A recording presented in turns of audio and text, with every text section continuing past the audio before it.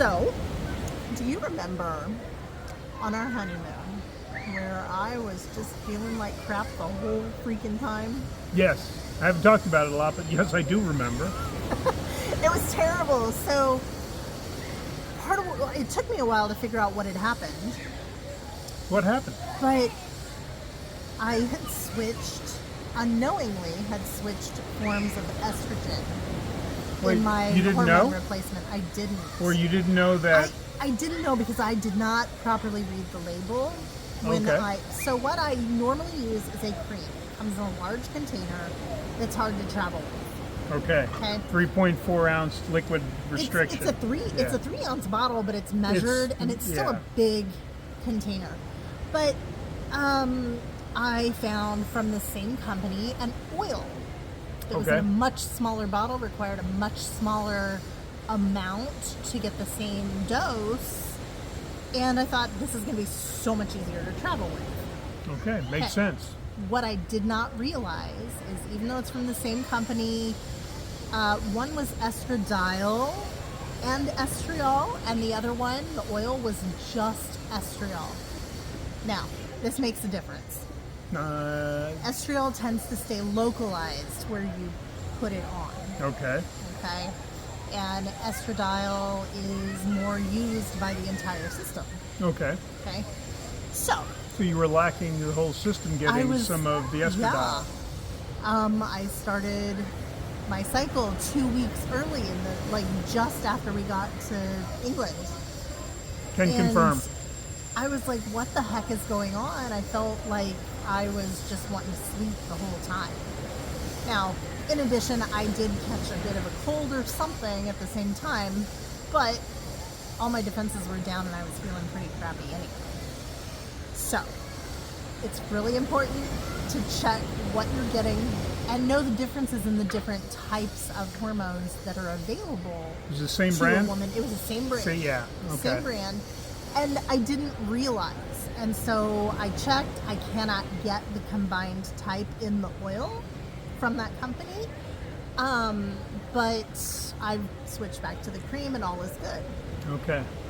So something to think about and kind of look into if you are doing the over-the-counter hormone replacement, which is a totally viable option for many people, not for everyone, but be aware of those things. Well, and the 3 ounces, it's because it makes it an aerated foam. Right. And so, hence the size of it was too large to fit in the one quart bag. Yeah, it's that specialized pump that just makes it difficult. So, and it measures exactly what you need too. Would you recommend anyone who's looking at switching or doing anything different for traveling is very conscious about trying it out first in the future? Try it ahead of time. And I had tried it for about a week ahead of time, but it wasn't enough time to give my body a chance to adjust and realize what was going on. So fair. Okay. And again, it seems like, well, that shouldn't be that. You could do everything right. Yeah. And it might have had it, and your individual women will absorb differently. We also change. Our hormones are on this chaotic. Mary Claire Haver calls it the zone of chaos during perimenopause because you don't know which one's going to take this day and when it's going to be a little higher and stuff like that. And so, you just kind of have to be aware of all of the options and learn your body and what works for you. Well, and lately, you've had a little bit more of an issue with headaches. I have. Borderline migraines. And let's just say if we go back 6 months and then go back the previous year or so before that, they've almost been a rarity. Yeah. And I know a couple of times you're like, I don't know what's causing it, and you've tried, I don't know which. So, and it kind of depends. I mean, sometimes it felt like it was the progesterone, and sometimes it felt like the estrogen made a difference, and sometimes nothing made a difference. Okay. Now, I think, I'm not 100% sure yet. I will update you shortly. But I think that having added in the tiny amount of testosterone will make a difference. And I have changed how much of the estrogen I'm using it twice a day. You're splitting it. And the morning dose is like a small one, and the evening, so Yep. like, there's a little bit of mad scientist involved for me, because the frustration And is for headaches all women. could be, yeah.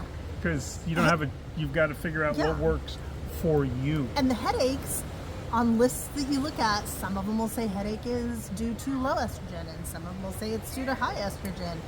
And the thing is, it's all about balancing. You can't use just estrogen, because progesterone helps to balance estrogen usage, and there's a lot to learn. And if there are any guys watching this, we don't think about it because we just really only typically have to worry about testosterone. But yeah, it's like a seesaw. You're trying to Yeah. get the balance, as opposed to if I get too much or too little. And then some bird is going to come along and sit on one end of that balance and mess it all up. On So, any given day. yeah. So ladies, you're not crazy. No. Men, all the work we do helps us be able to support them through this, because how you show up is going to make her life easier or harder. You get to decide. And honestly, I have to take a moment and say thank you, because you have been amazing through this journey. And I'm going to cry a little bit. Oh my God.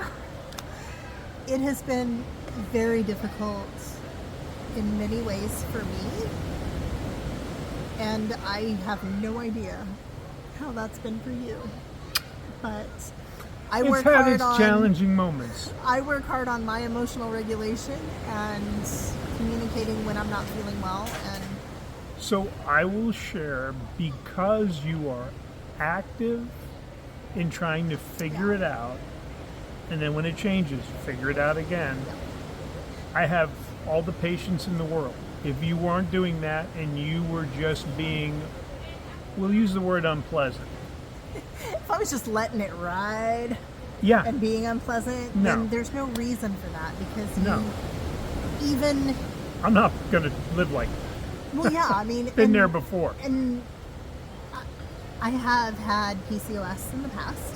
It's not something you ever technically outgrow, but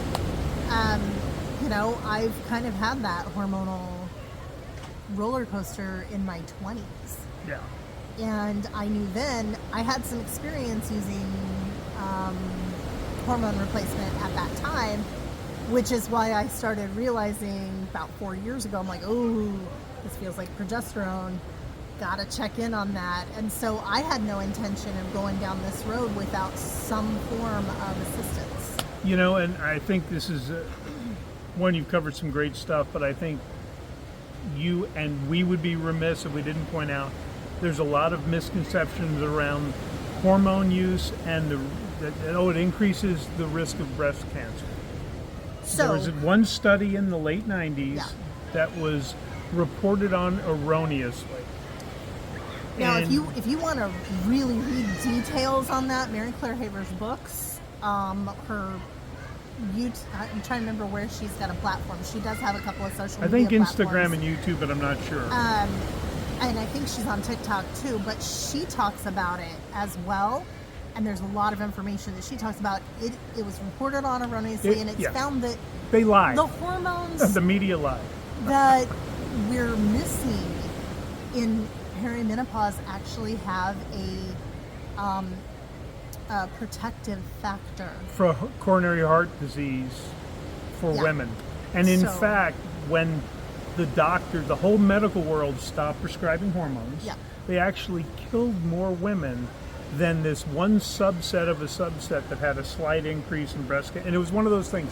A reporter reported on this, not the whole Yeah. report, but on this one thing. And that's not to say that that is universal for every woman that No. has had some kind of a scare and they can't have hormones Yeah. for whatever reason. But many doctors don't know that now, but- even now, that Yeah, it well, it's is still debunked. relatively fresh that Yeah. it's been debunked, and so we're kind of waiting for the medical community to catch up with that. Catch up. So, the other thing is that has come out is women need to start hormone replacement therapy within 10 years Yep. of menopause Yep. to maximize the benefits. Yeah. The sooner the better. Yeah. But after 10 years, you've kind of let You're you've not going lost to get the a lot of it opportunity. Yeah. back.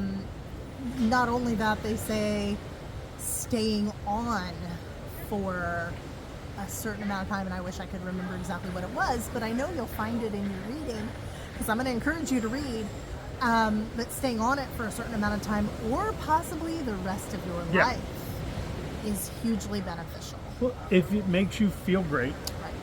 it And there's no danger to it, or there's no no reason. danger, and it minimizes your cardiac issues. Yep.